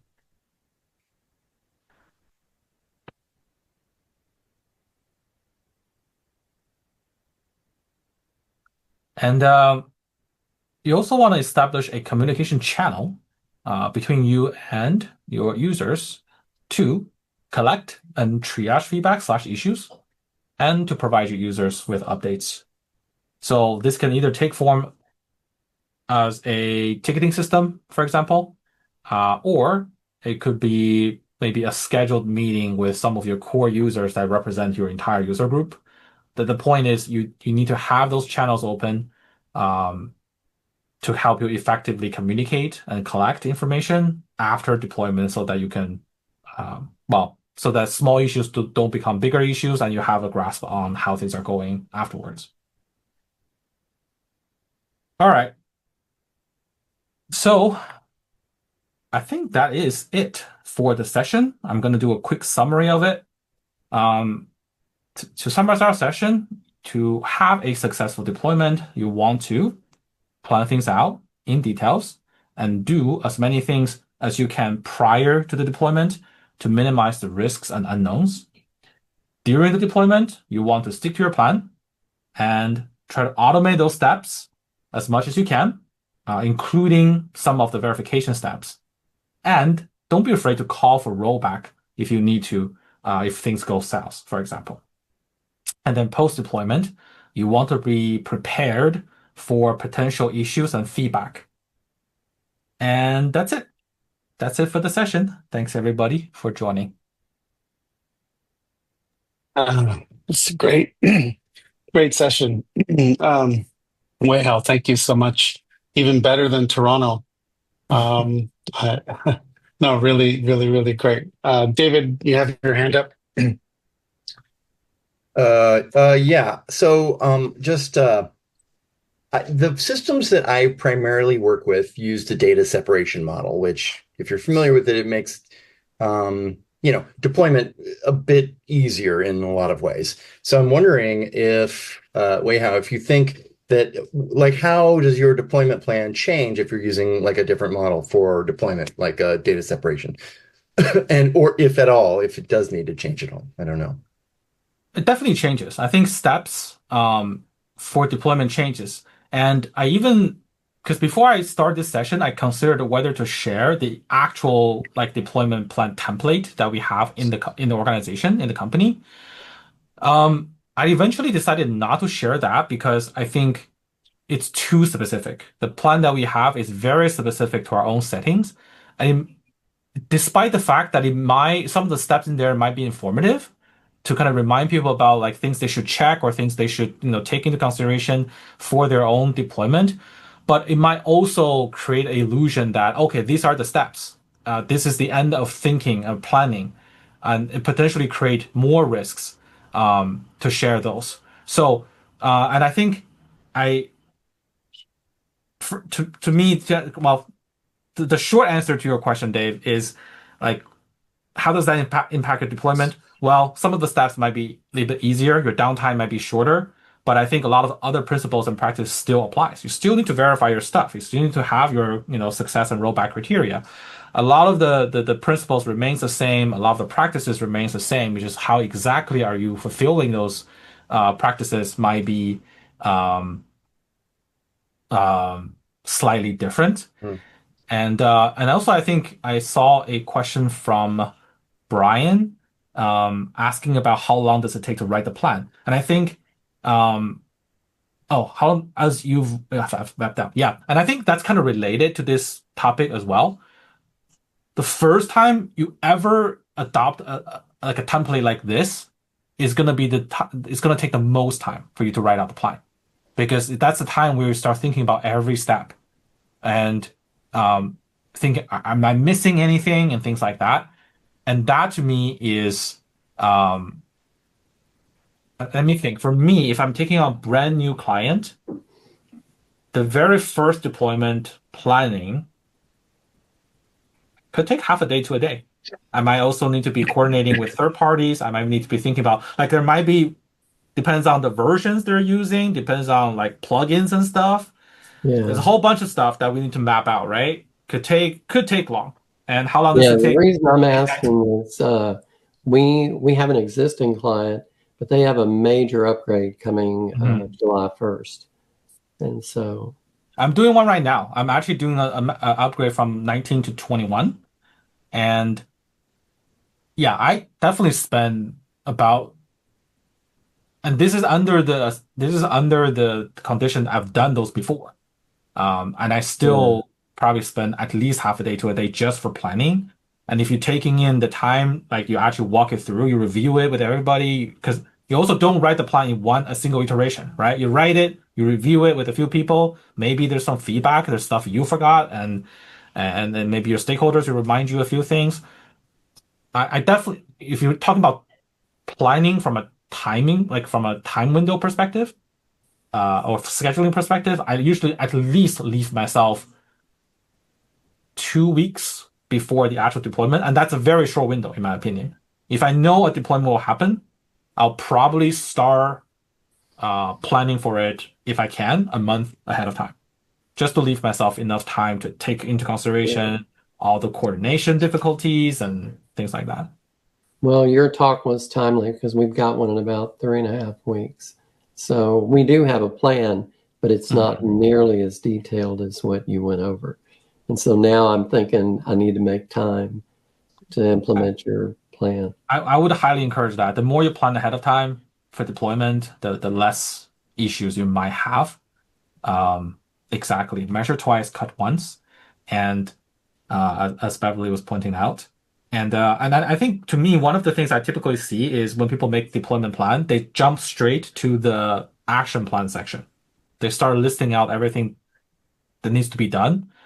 But to me, the identifying stakeholders is the part a lot of people miss, and it's the part that is quite important, in my opinion. Like, if there's one takeaway about like what you might want to add to your deployment plan if you already have one, is figure out the people, the who. Because you can make all your plans. I've had a situation where the third party simply like slept over. I have all those planned out, and that guy just didn't show up. And that guy is holding, a switch that's gonna turn everything on. And what can I do?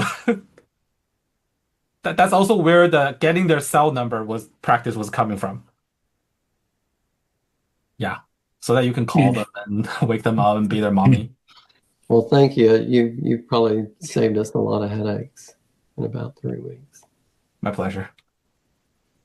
Let me see. Is there any other questions? Yeah, I had a question, Weihao.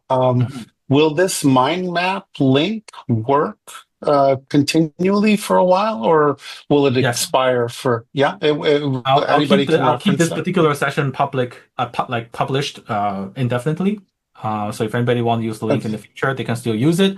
I would also create a PDF version of this. Okay. But I don't know, like, who do I send it to potentially distribute? Just send it to Eric.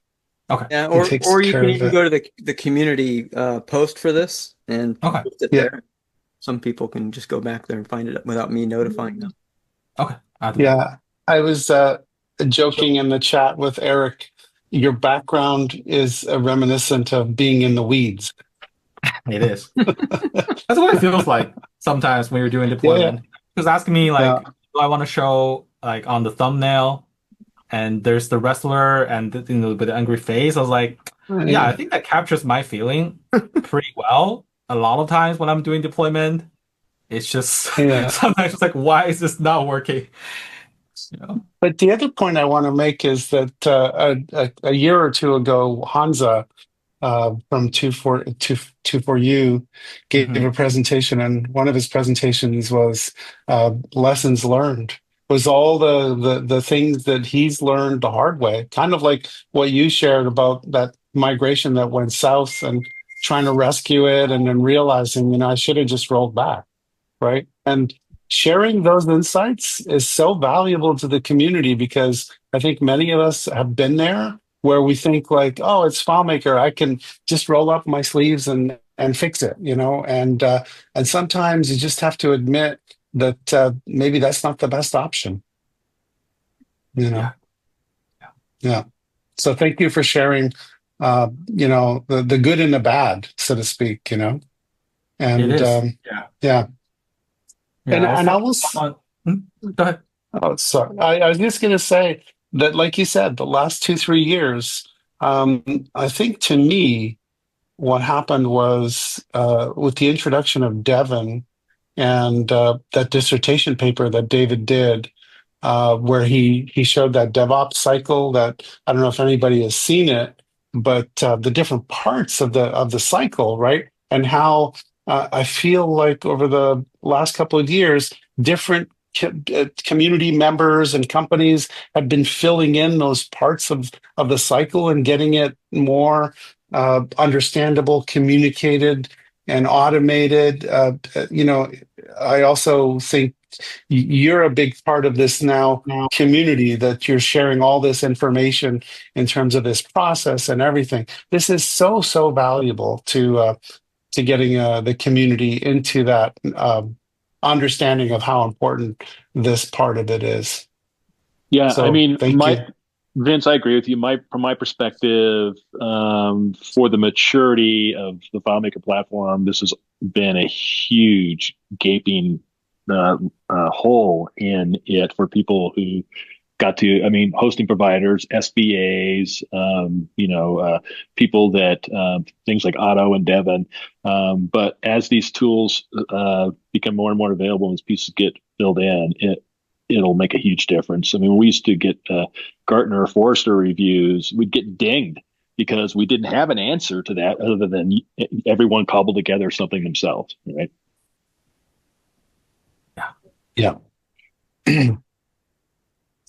Yeah, and I was, before the session started, I think we were chatting about some guy come over and just essentially throwing shit about FileMaker and security and stuff. And to me, a lot of that, it's like, and I was talking to someone at the Allocate FM conference as well, and some of them feel like their stuff, their knowledge and practices, like in the industry, that somehow are not known to maybe a lot of the people in the community. I call them, it's like trick of the trade in some way, and it's not like they were intentionally kept behind some sort of a wall, but it's just sometimes nobody talked about it, or nobody thought about share about it, and then that just become gaps, and the end result is just kind of because it doesn't necessarily increase the competitiveness of a specific developer or company. It just kind of bring down the entire community. And so to me, yeah, I agree. I think bridging those gaps is very important. And if the entire industry goes up, it helps everybody. Yeah. Another message. Any other questions? We do document kind of discussion control there. Okay, so I will upload my the PDF of this session to that link.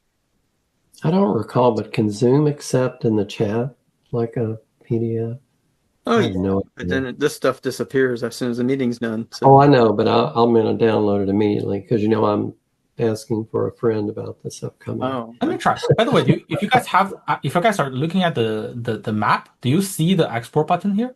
Beverly saw it, but I couldn't see it. Yeah, I saw it, but I couldn't get it to export. I looked up in help and it said owner only or login or something Okay, so to allow they block this. that behind the registration wall. Okay, so Yeah, I'll yeah. exporting it. I'm exporting it. Okay, where is it? I mean, do you use this mind map to do your planning? Like this kind of planning, or what tools do you use to do your planning? Good question. I'm currently using, so the actual deployment template that we have is in Confluence. So we use Confluence as our document repository. So it's easier for us to kind of create this kind of interactive multimedia document that might actually link to like the tasks that we have and things like that. So we use like a digital form for that. But my goal is actually to build that as a module in our own internal tools, as like a custom module where we can actually invite our client to participate and see the live updates of things, and without us having to save the content as like a PDF or anything. So what do you say would be missing from Confluence that you would add to your tool that you build? Oh, I want the tool to actually tie into the deployment pipeline itself, so that you can actually invoke those those technical components that we said can tie it into the pipeline.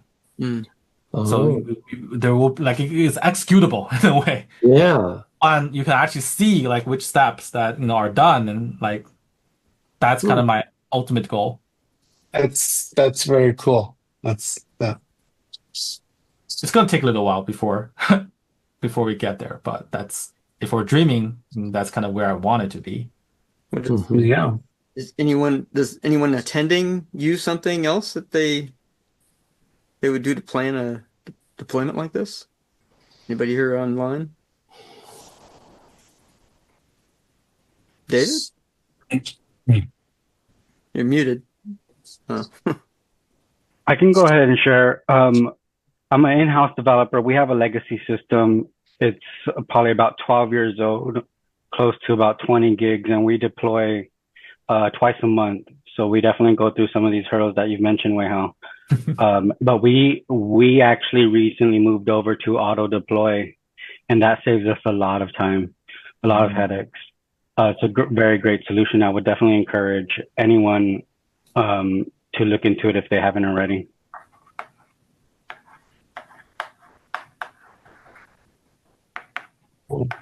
Thank you.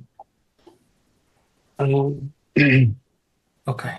I've just uploaded the PDF of the map to the Zoom chat. I'm also going to do the same for the thread in the community.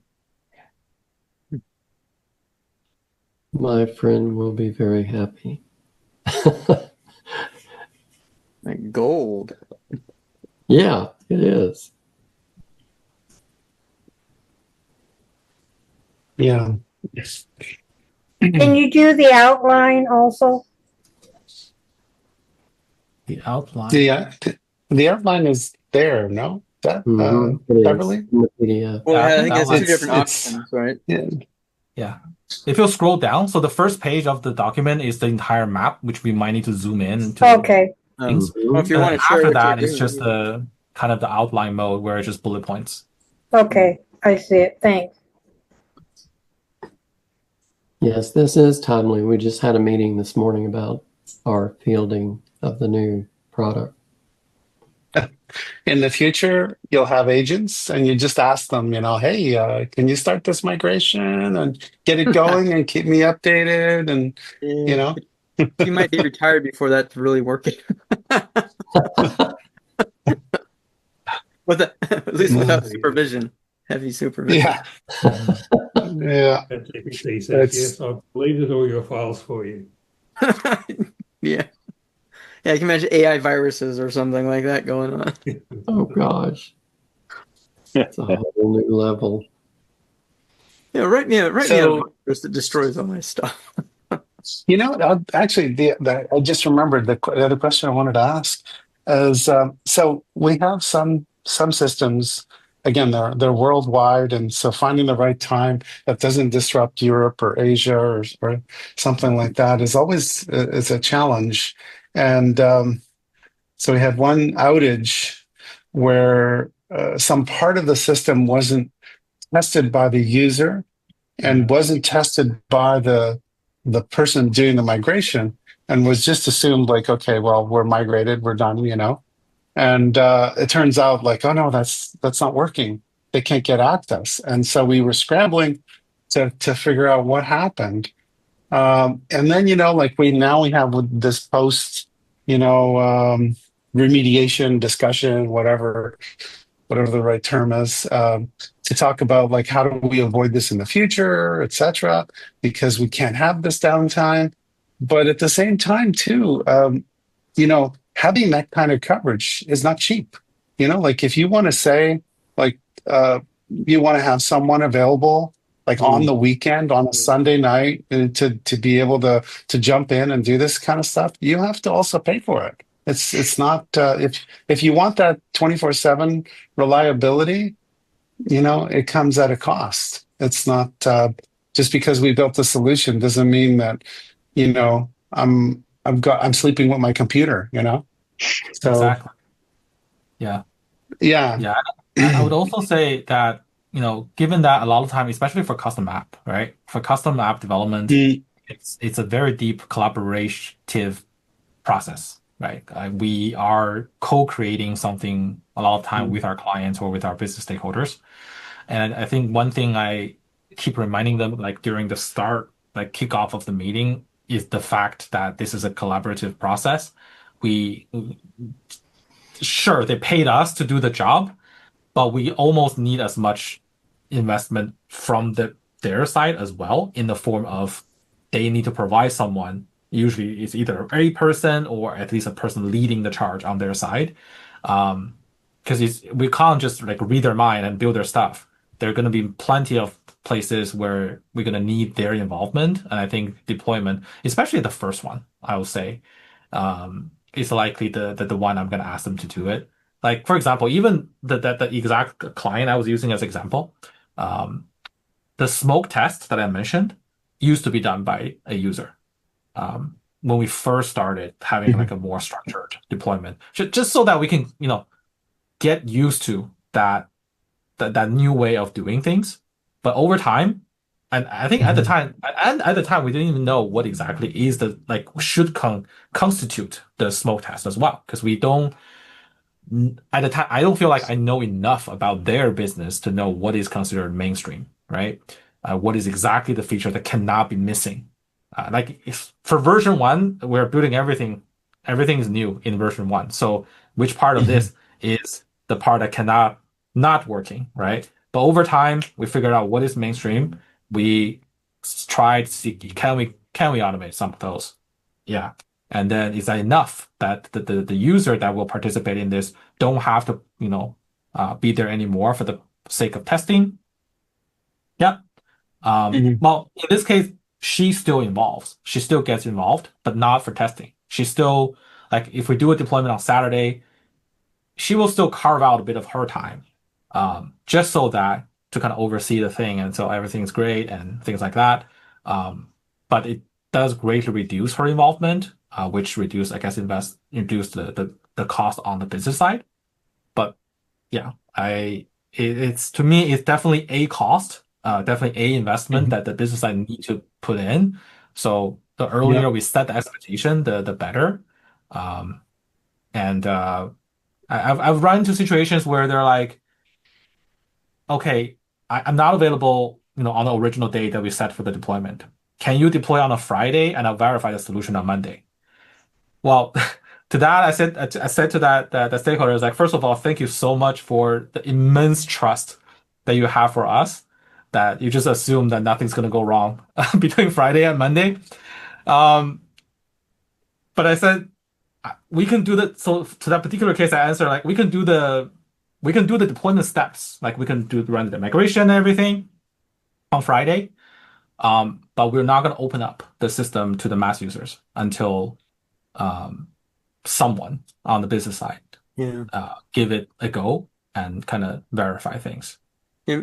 And And that if was I have kind to of how important rethink it is. some, if I have to rethink some of the things I have to do, but my intuition for the stuff we have in-house is I would purposely deploy on Friday because in my testing, if anything went wrong, I had Saturday and Sunday to fix it before Monday. But yeah, it's But that's under but the then I don't have assumption all that the you think it's testers. okay, right? That's under assumption you accept that you will work Saturday and Sunday Yeah. in case something goes wrong. Hmm. Yeah. Yeah, like Lots of I used to interesting be things to against. think about. Yeah, I used to be against like weekday deployment because I don't know why. I guess I was thinking, okay, it comes with the job, like you want to minimize the disruption, so you have no choice but to do it during off hours. But yeah, because when we commit to off hours, we're also committing our clients to off hours, and a lot of time that like what I realized is I cannot make that assumption. I should at least have a conversation about it, and if they agree, okay, weekend is better for us too, sure.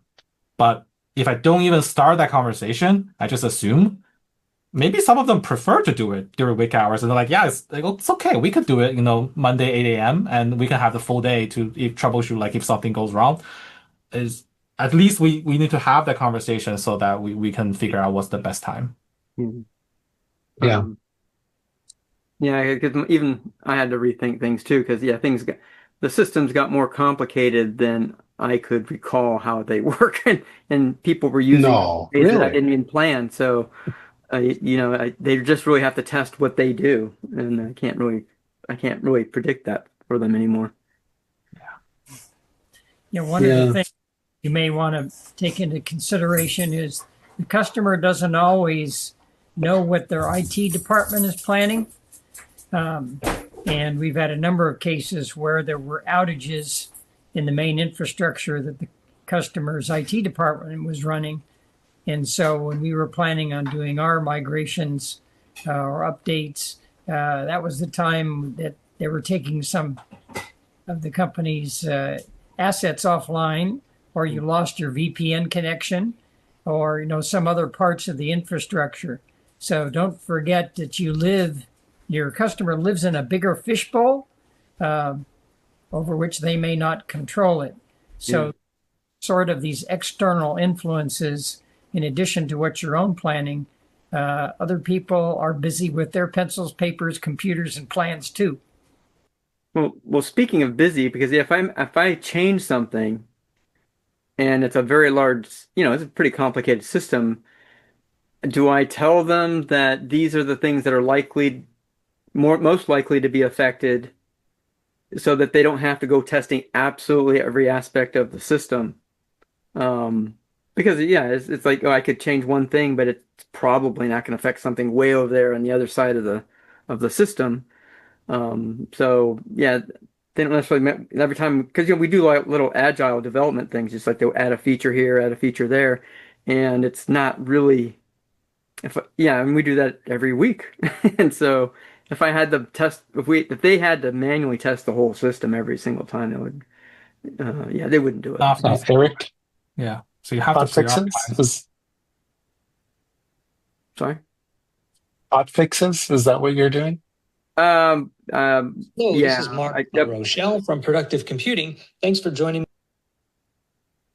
There was someone ended up playing a clip of something. Anyway.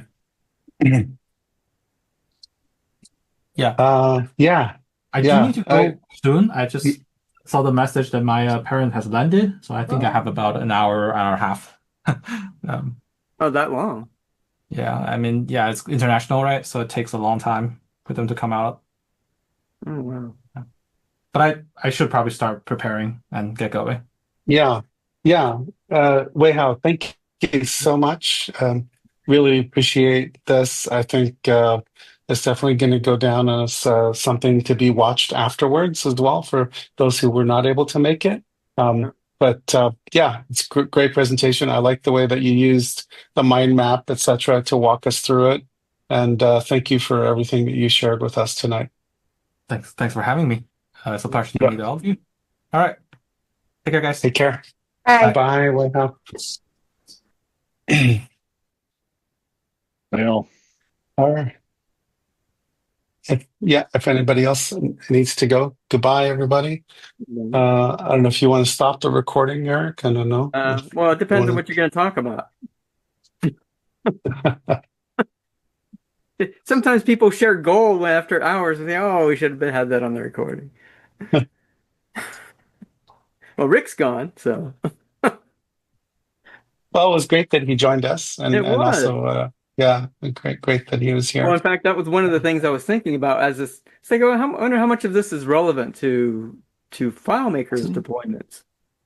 Yeah, I mean, Claris deployments. Actually, that's the thing that really kind of struck me about Weihao's presentation is that he said, he talked to some buddies in the field that also do deployments or SaaS solutions, whatever. They have a different tech stack. They don't use FileMaker, but they also struggle with the same issues. But probably they have different tools and the different organization and workflows, etc. But anyway, yeah, they don't reveal those things to us, but yeah. I think it goes towards FileMaker coming into the real IT world and being considered as a real IT application. If you have a developer sitting in an IT meeting and the IT people who are used to some kind of process for deployment and say, what do you do? What's your plan? How do you map this out? How do you control it? What's your strategy? And you don't have any answers to that. You just say, we just wing it. We just have to take the files down and put another file up and it'll be all right. And then IT people just go, yeah, that's right. It's not a real solution. It's not a real application. It's just a toy thing. So I think even when I was at FileMaker, it was that continual thing with IT of, you don't have real processes here. You've just got home users tinkering with stuff, and it's not real Salesforce stuff. It's just play stuff.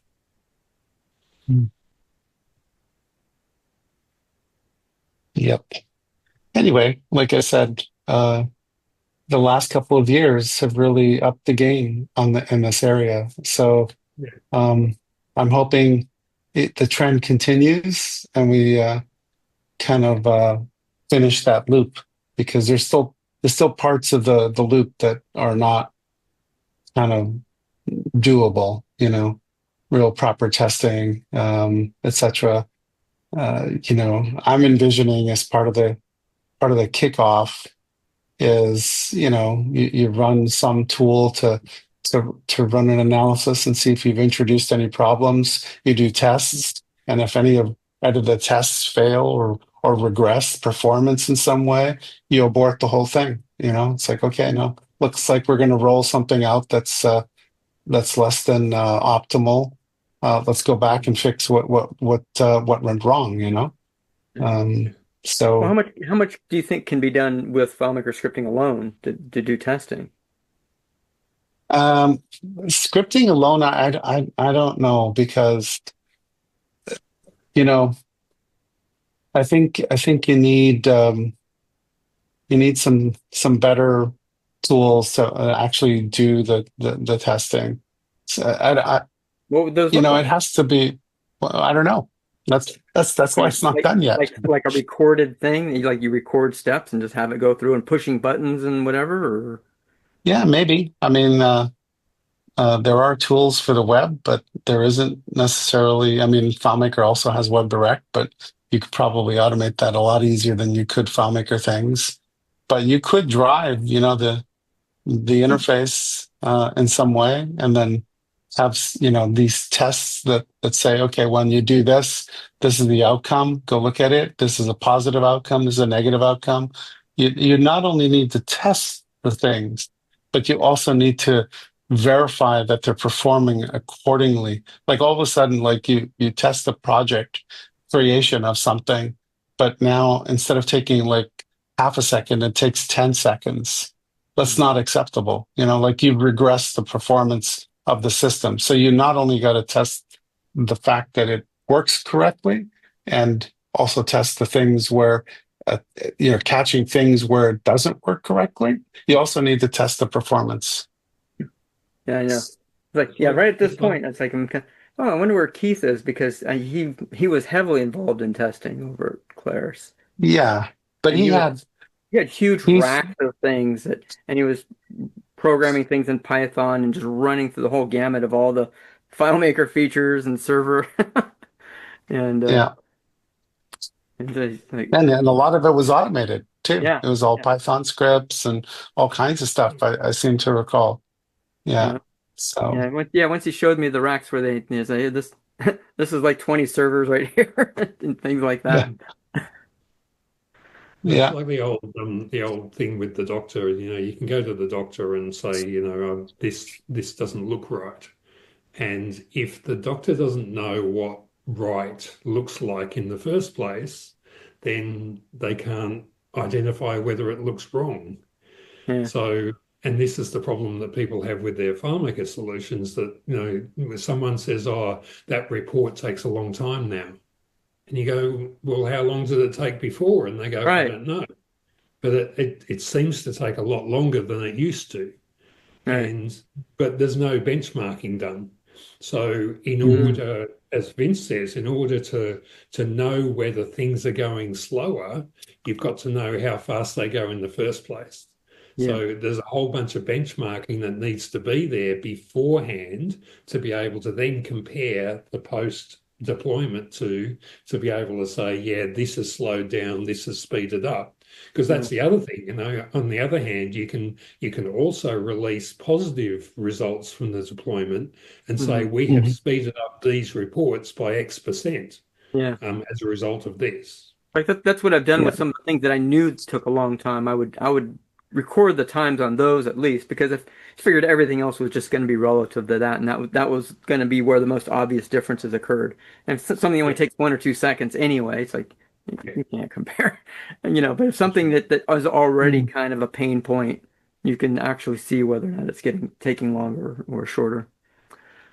Yeah, to Jim's comment just a few minutes ago, like you're in the I guess in the fishbowl with the bigger world of things. So not only are we deploying improvements that we're making, but FileMaker all of a sudden releases a new version. Does that regress your performance or does that improve performance, right? So in the next release, we'll see major improvements in JSON processing, right? So who knows? Like that might kick things into higher gear.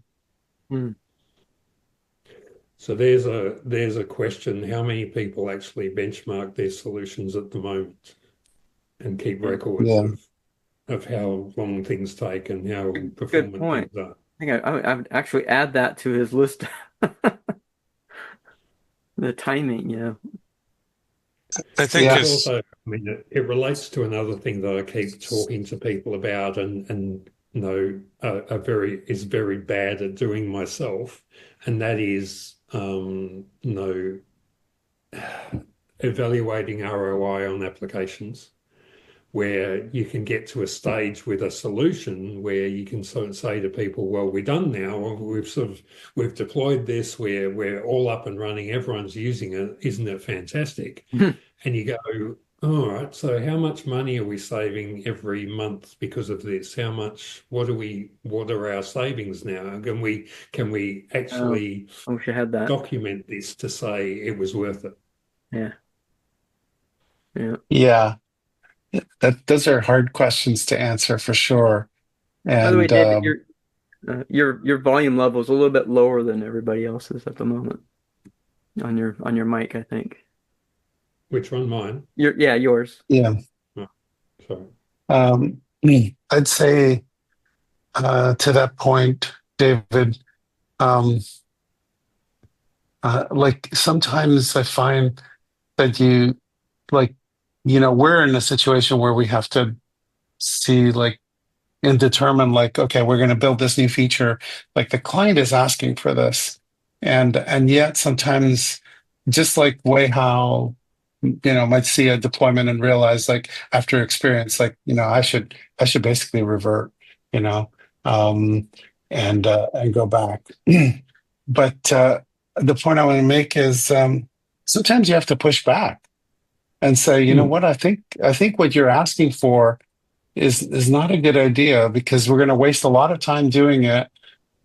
Maybe it's too complicated. You're not going to get much benefit from it, and so you really need to, be actively involved and as like almost you're part of their team, etc. So I don't know if I worded that correctly. Perrin Smith showed up. Yeah, really late. Yeah, Perrin. Yeah, it's an interesting sort of. Sometimes people are asking the question because they're trying to justify what has been spent. And probably they should be justifying what's been spent before they sign the check in the first place. So, it's the fact that they actually signed off on the project means that they were happy with how much they will be getting out of that project and what that project's worth. So sort of to go back and say, what's the ROI now? It can be a bit of a waste of time and a bit of a marketing effort on your part.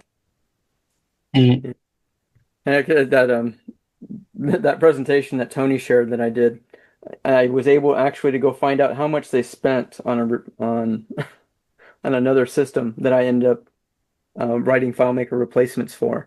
And that's why it's called the $2.6 million developer, because it was $2.6 million that they spent at least on the features they never got from this vendor. So, that were replaced within just a few months by one person. Nico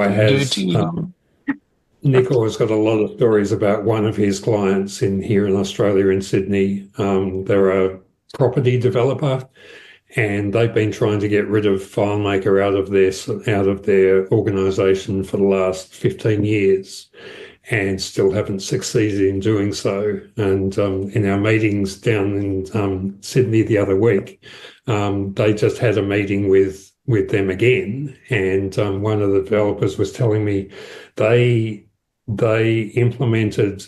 They paid for an API for one of their systems, and they paid $800,000 to get this API developed, and have never used it. Wow. And meanwhile, Nick just pushes and pushes and pushes to get 20, 30 grand out of them for development in the FileMaker stuff. But they'll just drop 800 grand on an API like that.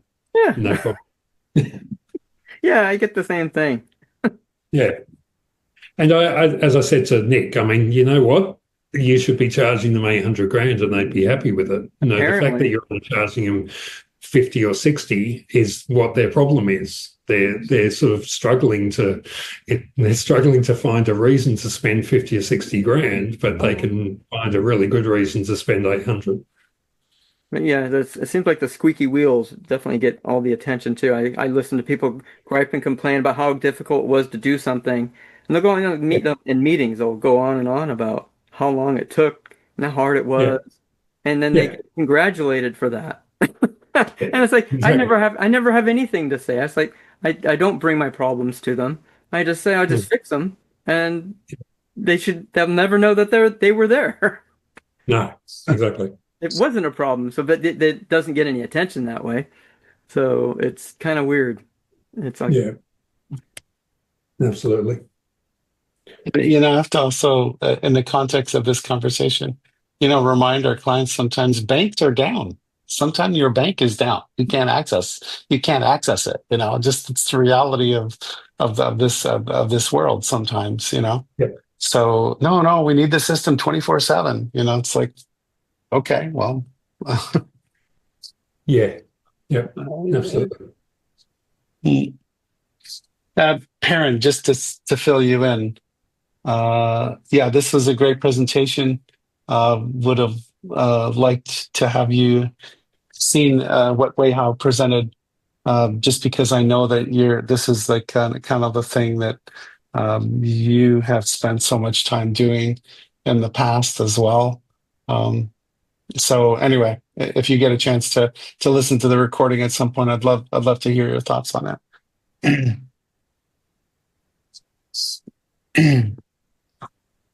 And I'm going to sign off because it's really late for me. All right. I really appreciate the discussion, and I look what time forward is to. it? It's 4:30 in the morning. Yeah. Daylight. Hey, Vince, before you go, the thing that you went to in Austria, Yes, you went to some Vienna conference. Calling. Vienna I'm Calling. guessing not recorded. Oh, you want me to stop? Not recorded, no. Oh, Okay. that presentation. Yeah. Vienna Calling, not recorded. It's like a European pause on error, the best way I can describe it. So, Cool. That was. Well, it sounds like a really good one from your reviews. Yeah, I mean, lots of great things that were shared. So definitely some AI conversations that were had. Marcel gave a really great closing presentation where he showed he got N8N working with LangChain and MemCP, and he's just like phenomenal. Like, just if you ever get a chance to see one of his presentations, he's very talented and always on the cutting edge, and very willing to share his knowledge. It was really great. Yeah. I'm going to take the consolation prize and read the topics. Like, if you can't travel across the ocean, you can at least see what they talked about. I'm going to look at the descriptions. Yeah. The slides are available too. Like, I'll post the link. You can go and download them. I don't know if they planned on doing that, but if you go to Vienna Calling here .eu, yeah, you'll see that there's files. Go to the files section, and all the people who have uploaded files, you can download Clay's slides and go through them. There's some cool things in there. So yeah, lots of cool stuff. Oh yeah, you already dropped the link. Okay. No. Right. Yeah. Okay. Awesome. I'll go look. Yeah. Anyway, they plan on doing it next year again. This was kind of Egbert last year said, I'm no longer going to do .fmp, and then a bunch of people, Philip and his team, 72 Solutions, decided to continue having the summer event in the spirit of come and share something. Don't lecture people, but share what you want to talk about or discuss. So it was in that spirit, and it was well organized. Great venue. There's a ton of files. There's like 50, maybe 40 different files to download. That's pretty cool. Yeah. Okay, everyone. Good night. I'll see you soon. Thanks, Eric. Ciao. Bye, everybody. Thank you. Cheers, all. I just want to stop the recording. Yeah, that sounds like a good idea. All right.